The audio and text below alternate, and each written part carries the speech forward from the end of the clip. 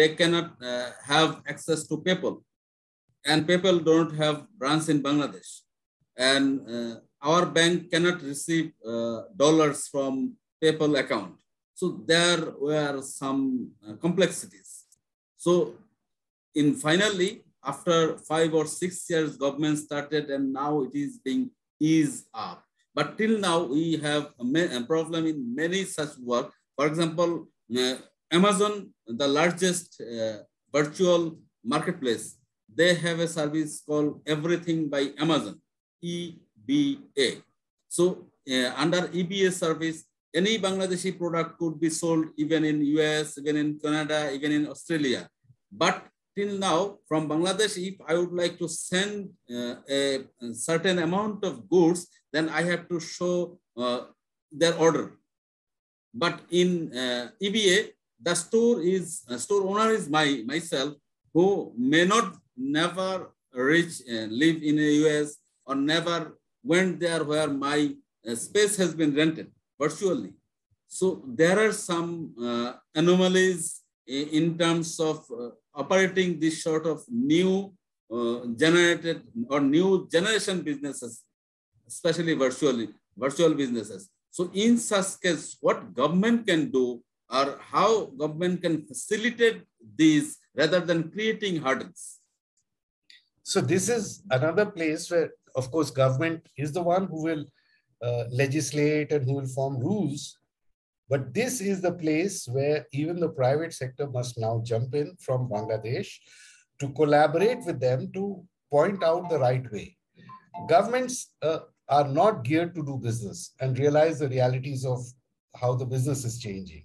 So just rather than say only government should do, the private sector must also jump in helping the government to frame up this. Because if gig economy, you see, the first thing is government and the private sector and the society must accept that the world is going to be different. The world is going to be contractual now. No one is going to, look after you in your old age. It is going to be contract working all the time. And you can, because contract working even for employees is easy. If you don't deliver, you are sacked. But in a permanent job, sacking is a little more challenging than this. So once that acceptance comes, then the society who can actually, correct the attitude by recognizing that, yes, gig economy is an international phenomenon and it will touch Bangladesh very soon. And therefore, it is better to, pat the back of people who are winners. Success stories will float around and the attitude will change. Government and private sector must now look at their own survivors. I'm also including government.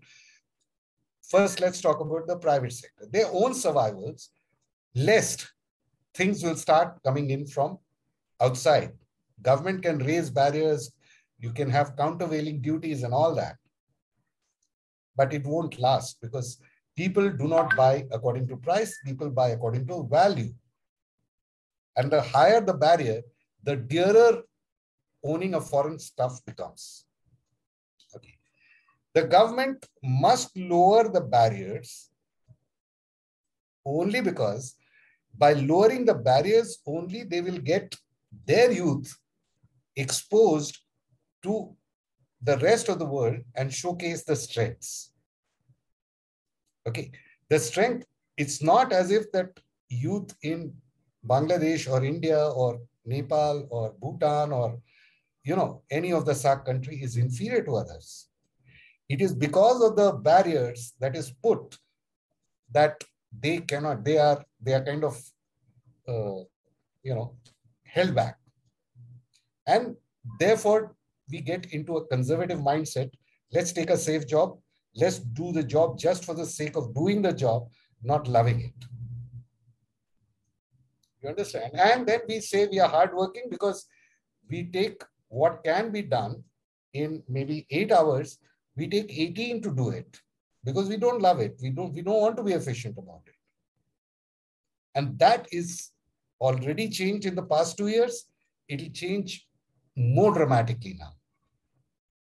So as long as the youth begins to feel that even the job that he's doing is an entrepreneurial effort and not a job, he is going to fail. Yeah, now it is the point. I saw many outsourcing person, those who are involved with outsourcing job, just having a assignment, doing it, supplying it, earning some money. But now they are recruiting at least 4 or 5 fellows. He himself gets the job by using his profile online, and he distributes the same job among his fellow colleagues. He gets some percentage out of that earning, and he is doing it as an entrepreneur. So this gig economy is opening up a new dimension for the people, those who have entrepreneurial tendency. Those, they can be entrepreneur as well by using this gig economy things. It is the same thing. I mean, I'm sure there are IT companies, and there used to be a term called body shopping. Okay, so this is also another form of body shopping. Okay, but now where it used to be very large companies who are doing body shopping, now you can talk about this young entrepreneur. This is what, you have shown the youth a way forward. That's what I said, that look at those opportunities, that is what the government and the private sector can bring. It'll take 2, 3 years, 4 years. By then, the youth will discover how to find this way out. Okay, and this is happening everywhere.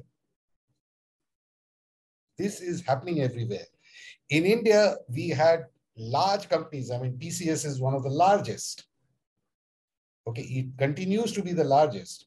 But now, if you were to take so many others, single entrepreneurs, okay, and add them, then possibly their turnover is as much as TCS. And for the government, distribution of money, okay, or distribution of wealth is the ultimate form of success, particularly in a democracy. So here again, I'm saying by their disposition, they want independence. They don't want to get into politics. They don't want to get into all that. That's, they don't want all that routinized job that 9 o'clock I must be in the office. I can't leave before 5, even if I finish the work. They don't want that. That was your generation and mine. Okay. We were resigned to the fact, whether we liked it or not, that we will go at 9 o'clock, we will get free at 5 o'clock, then we'll travel another hour back home. So by 6, 6:30, we will come back home. Now the youth is willing to work at any hour of the day or night, but at his pace. Let's leverage that as a power. Instead of saying that night is for sleep or whatever, leverage that power to become global. And, the resilience of a South Asian, I'm including all the countries, is unparalleled the world over. Now that again is an attitudinal thing, whether it has come through a legacy or whichever. Okay, why not leverage it and mix it with the attitudinal happiness that a person can have? That part is where the society, the government, and the private sector can help.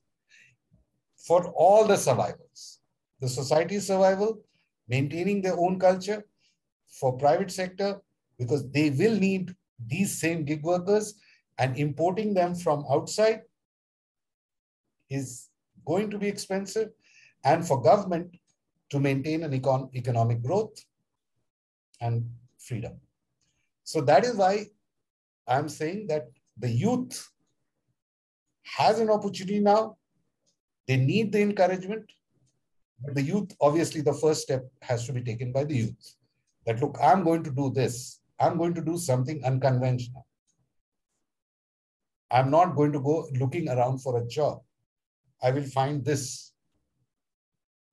And believe you me, there are lots. I mean, I can't tell you the numbers, but enough numbers to justify the fact that an entire country can live on gig economy. Sir, the transformation has already been started. For example, you were mentioning a food supplying company in